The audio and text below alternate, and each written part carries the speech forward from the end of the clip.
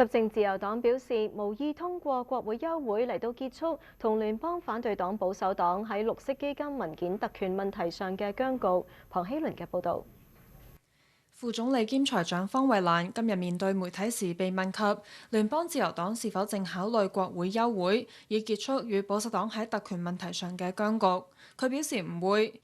休會意味住立即結束本屆國會，直到政府發表新嘅施政報告。國會以連續第8個議事日就一項保守黨動議進行辯論，動議涉及要求自由黨提供有關現已暫停運作嘅綠色基金不當支出嘅未經編輯文件，並上交皇家騎警 RCMP。下議院議長弗格斯上個月底已經裁定，由於事件好複雜，應該提交國會委員會進一步討論。騎警7月時已向下議院法律書記表示，騎警可能無法使用任何記錄，因為呢啲記錄冇受到刑事調查所需嘅法律義務保護。